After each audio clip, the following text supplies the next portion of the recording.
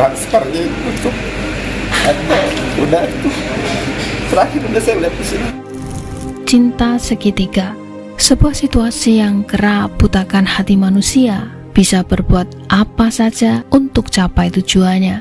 Setidaknya inilah yang dilakoni Devara Putri Prananda, seorang caleg DPR gagal yang menjadi dalang di balik hilangnya nyawa Indriana Putri, wanita yang jadi pesaing cintanya.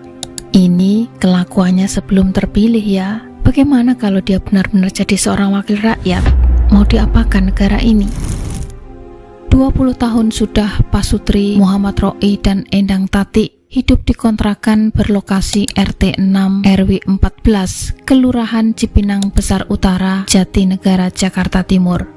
Selain Roi dan Tati, tinggal juga anak gadis sematawayang mereka, Indriana Dewi Eka Saputri. Sementara kakaknya Roni sudah menikah dan tinggal bersama anak istrinya.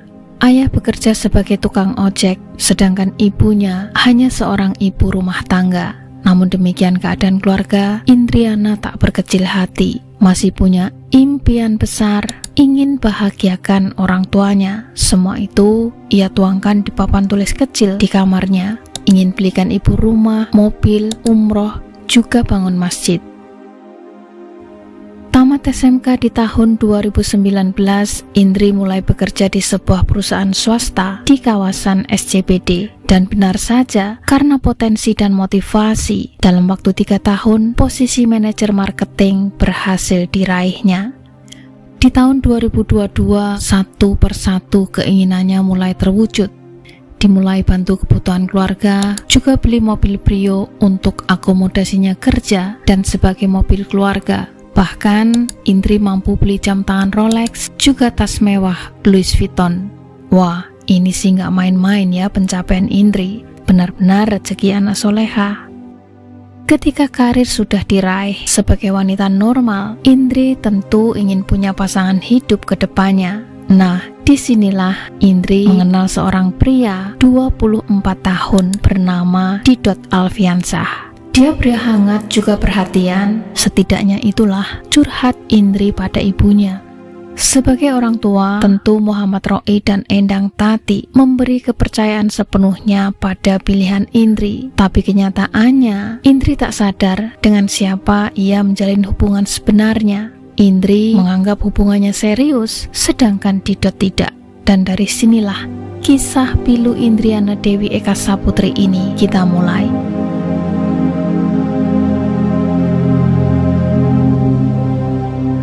Semakin lama menjalin hubungan, Indri akhirnya tahu Didot sebenarnya pengangguran. Pria ini tercatat sebagai warga Tebet Timur Dalam 11 RT 4 RW 8 Jakarta Selatan. Kesehariannya ya makan, tidur, ngobrol di tongkrongan. Dikatakan Didot memang anak broken. Ayah ibu bercerai saat ia masih kecil. Karena itulah kemudian tinggal bersama ayah kandung dan ibu tirinya di Bekasi. Namun demikian, tak masalah bagi Indri kekasihnya seorang pengangguran. Pekerjaan mah gampang bisa dicari. Yang penting serius dulu menjalin hubungan. Itu sudah cukup bagi Indri. Saking cintanya, Indri sampai rela memenuhi kebutuhan hidup Didot, termasuk berikan mobil Brio miliknya lengkap dengan BPKB. Tapi bagaimana dengan Didot? Apakah kesetiaan dan pengorbanan Indri akan terbalaskan? Ternyata tidak. Rupanya ada udang di balik batu. Didot yang pengangguran kenyataannya hanya manfaatkan materi yang dimiliki Indri. Bisa dibilang dia ini termasuk mokondo kali ya. Dan bukan itu saja, ternyata selagi pacaran dengan Indri, rupanya Didot juga sibuk merayu mantan kekasihnya yang bernama Devara untuk diajak balikan. Jadi Didot sebenarnya cinta pada mantan kekasihnya Devara, bukan pada Indri. Jadi gadis ini bernama lengkap Devara Putri Prananda, usia 24 tahun. Sama seperti Didot, kedua orang tuanya telah bercerai semenjak ia kecil. Selanjutnya bersama sang ibu, ia numpang tinggal di rumah tantenya di Tanah Tinggi Johar Baru, Jakarta Pusat. Untuk sekolahkan Devara dan hidup sehari-hari, ibunya bekerja sebagai ART. Devara juga rutin dapat uang tambahan dari bantu-bantu tante jualan nasi kuning sepulang sekolah. Setelah tamat SMK, Devara bekerja di sebuah perusahaan swasta. Kehidupannya membaik dan mapan, lalu memutuskan hidup mandiri, tinggal sendiri di kosannya di wilayah Jakarta Selatan. Jenjang karirnya semakin cemerlang hingga dapat peluang dicalonkan sebagai caleg DPR RI dari Partai Garuda. Nah, di saat kesibukannya sebagai caleg inilah Devara memutus hubungan dengan Didot karena ketahuan pacaran lagi dengan gadis lain bernama Indri. Devara sakit hati dikhianati Didot, walau dalam hatinya masih sayang.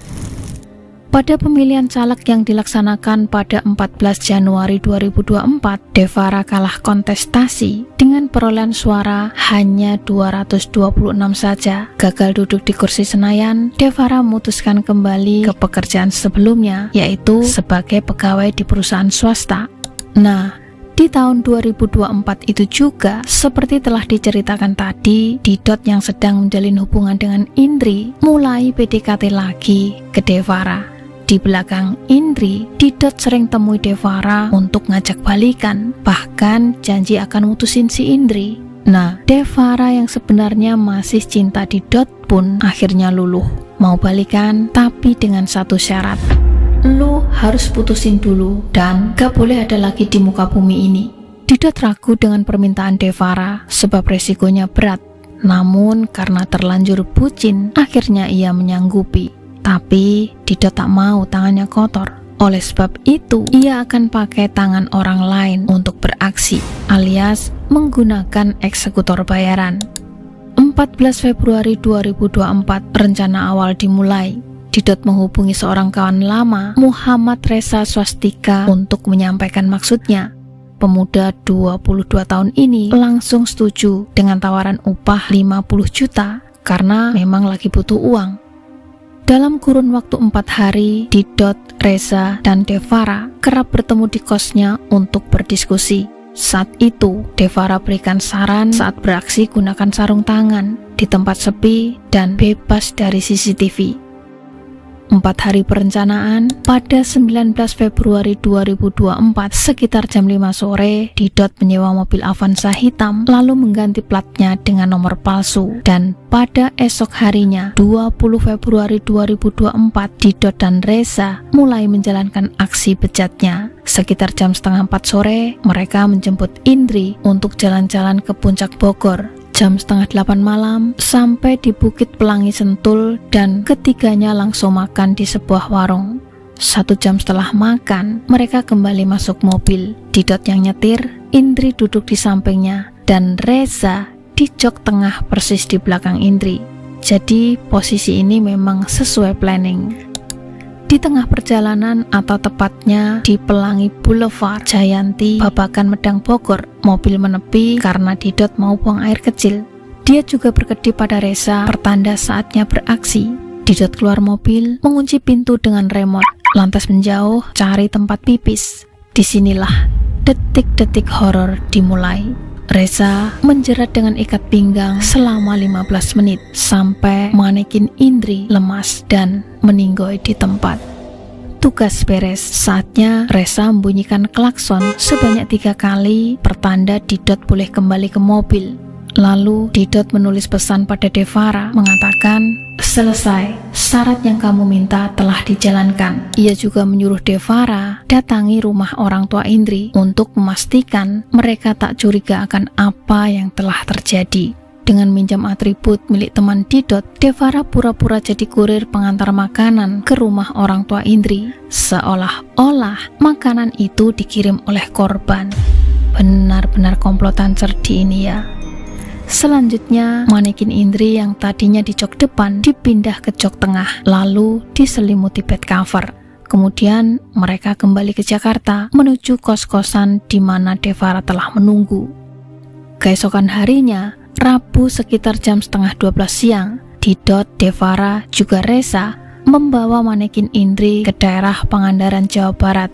Rupanya mereka hendak membuang tubuh manekin Indri ke Laut Pangandaran. Nah, selama di perjalanan, manekin Indri dipindahkan lagi. Kali ini ke jok belakang, direbahkan, dipakaikan masker, lalu diselimuti agar terlihat seperti orang tidur. Esoknya memasuki Kamis 22 Februari jam 1 dini hari, mereka sampai di wilayah Kuningan, Jawa Barat. Nah, di sini sebuah keanehan terjadi. Entah kenapa tangki oli mobil mereka bocor dan mogok seketika. Maka satu-satunya cara harus dibawa ke bengkel. Dengan memakai jasa towing, akhirnya mobil diderek ke bengkel terdekat, yakni ke daerah Banjar. Saat mobil diperiksa bengkel, ternyata suku cadang yang rusak tidak tersedia. Mereka harus menunggu dipesan dulu barangnya. Dengan terpaksa, mereka pun akhirnya menginap di bengkel milik Pak Risman. Bahkan komplotan ini sempat makan siang bareng Pak Risman di sana. Dikatakan Pak Risman juga sempat mencium aroma tak sedap ketika perbaiki mobil. Ya, pria ini tak menyadari ada benda horor di dalam mobil yang diperbaikinya. Nah, karena sudah mulai risih dengan bau tak sedap, jam 1 dini hari memasuki 23 Februari, Devara minta Didot membuang manekin Indri secepatnya.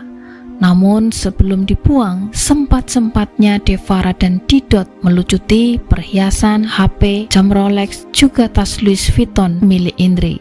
Sekitar jam 2, Reza membuang manekin Indri ke sebuah jurang di belakang Tugu Gajah yang jaraknya hanya 100 meter dari bengkel, sangat dekat. Rupanya mereka takut pemilik bengkel curiga karena bau semakin menyengat. Setelah mobil selesai diperbaiki sekitar jam 4 sorenya, mereka kembali ke Jakarta setelah membuang kartu identitas ke sebuah sungai di perjalanan. Sabtu 24 Februari, Didot sempat mencuci mobil rental sewaan sebelum dikembalikan. Dan tanpa mereka sadari, sehari sebelumnya atau pada 23 Februari, sebenarnya jasad Indri sudah ditemukan seorang pesepeda dan melaporkannya ke polisi. Belakangan diketahui, Devara bagi-bagi hasil penjualan barang-barang milik korban dengan total 68 juta.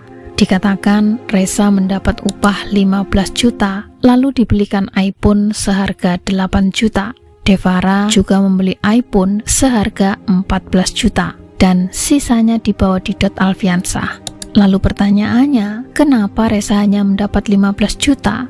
Jawabannya ya, penipu akhirnya kena tipu. Dari semua perencanaan mereka, hal-hal detail seperti waspada sidik jari, hindari CCTV, pakai mobil sewaan dengan plat diganti, dan lain sebagainya, tetap saja ada satu hal simpel yang justru mereka tinggalkan. Di mana ketika polisi menanyai ibu korban, apa ibu tahu siapa orang-orang terdekat dari Indri? Dan terakhir, anak ibu ketemu dengan siapa? Dari jawaban Endang Tati, ibunda korban, sudah sangat jelas menyebut nama Didot.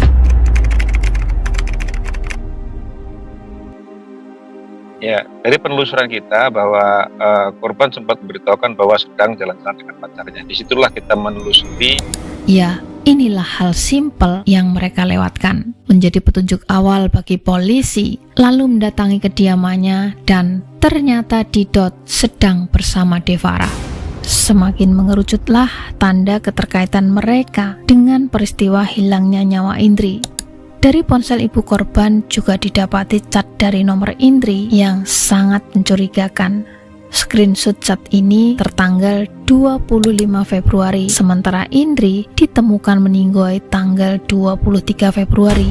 Jadi sudah jelas, ya pengirim cat adalah sang pelaku sendiri, berpura-pura sebagai Indri. Pada sesi penyidikan, Didot tak bisa mengelak setelah ditunjukkan screenshot WA tadi. Keterangan ibu korban, saksi Pak Risman pemilik bengkel yang sempat mencium bau menyengat di mobil, juga Devara yang mengakui pacaran dengan Didot, mengindikasikan adanya cinta segitiga, motif kuat yang kerap jadi pemicu tindakan negatif. Mereka semakin terpojok dan ketiga tersangka akhirnya mengakui perbuatan beserta perannya masing-masing. Hakim memvonis ketiga pelaku dengan pasal 340 KUHP tentang penghilangan nyawa berencana. Hukumannya masing-masing akan menghabiskan seumur hidupnya di dalam penjara. Amat disayangkan, generasi-generasi muda pintar yang masa depannya masih panjang justru disia-siakan dengan bertindak melawan hukum. Dari sekian catatan di papan tulisnya, ada satu impian mulia seorang Indriana Dewi Eka Saputri yang belum tercapai, yaitu bangun masjid untuk disumbangkan ke warga sekitar tempat tinggalnya. Semoga semua amal ibadah almarhumah diterima di sisinya. Amin. Sekian dulu ceritaku, tetap sehat agar bisa jumpa di video selanjutnya.